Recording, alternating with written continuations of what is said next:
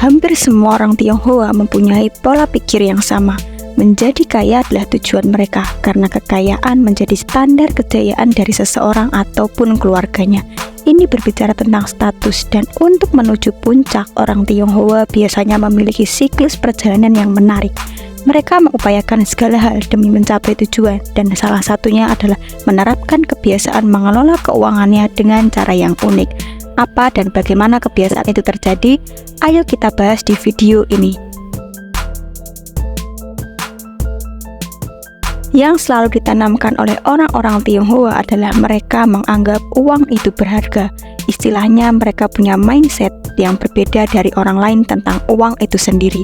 Mereka juga paham kalau cari uang itu sangat sulit dan beranggapan bahwa uang bukan hanya sebagai alat transaksi saja, melainkan juga mampu memberikan kebahagiaan apabila digunakan secara benar dan bijak.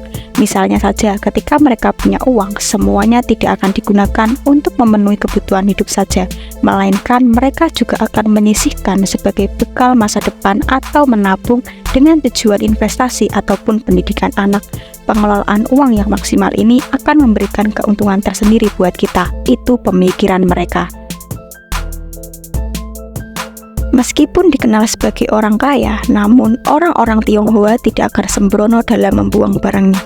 Misalnya saja, baju yang masih bagus namun tidak digunakan lagi tidak akan langsung dibuang begitu saja, melainkan akan disumbangkan kepada orang-orang yang membutuhkan. Kemudian, kalau membeli barang kan biasanya dapat kresek atau wadah. Nah, kresek atau wadah tersebut tidak akan dibuang kalau memang masih bersih dan layak, tetapi akan disimpan. Jadi, kalau di masa depan membutuhkan, mereka tidak perlu beli lagi dan mengeluarkan uang.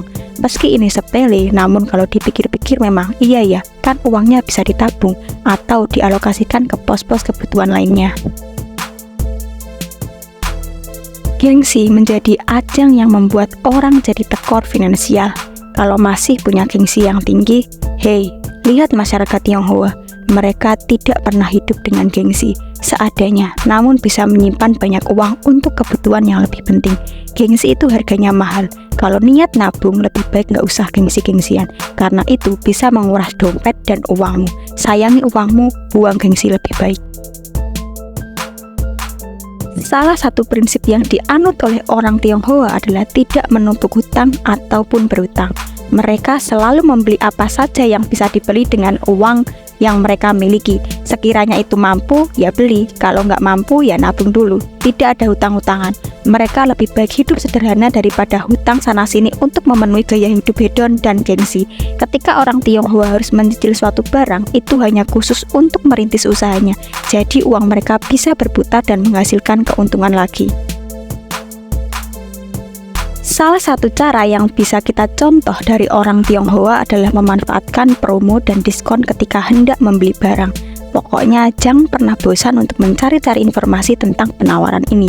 Biasanya mereka bisa mendapatkan info diskon dari aplikasi toko, halaman sosial media toko, situs resmi toko, dan lain sebagainya. Ini bukan kebiasaan lagi sih, malahan udah jadi ciri khas dari warga Tionghoa. Meski sudah berkecukupan, mereka tidak akan segan untuk melakukan tawar-menawar ketika berbelanja. Namun yang menarik dari mereka itu tidak akan menekan harga serendah mungkin. Masyarakat Tionghoa akan memastikan bahwa kedua belah pihak harus mendapatkan keuntungan. Tidak ada yang dirugikan, tidak ada pula yang harus ditekan.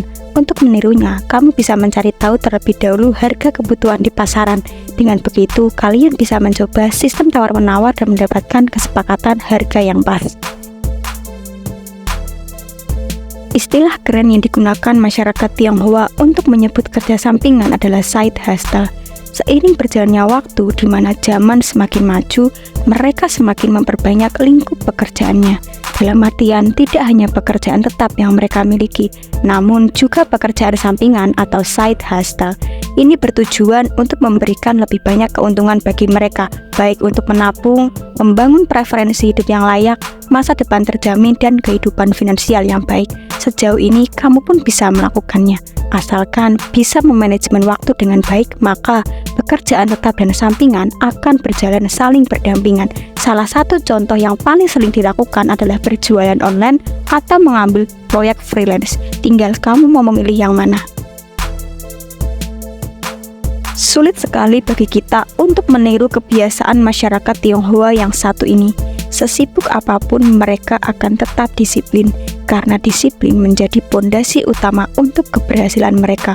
Entah itu di nabung, kerja, investasi, semuanya dilakukan secara konsisten dan disiplin. Ini yang harus kita contoh. Mau maju dan sukses harus mau berproses. Gak ada yang instan di dunia ini. Semua orang sukses memiliki kisahnya masing-masing. Jadi ya belajarlah buat disiplin agar hidup kalian bisa berkembang.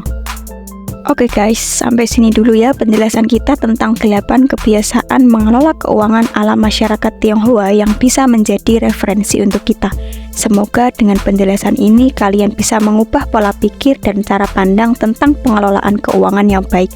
Thank you so much udah mau nonton video ini sampai akhir. Ikuti terus channel YouTube ini untuk mendapatkan informasi menarik lainnya. See you!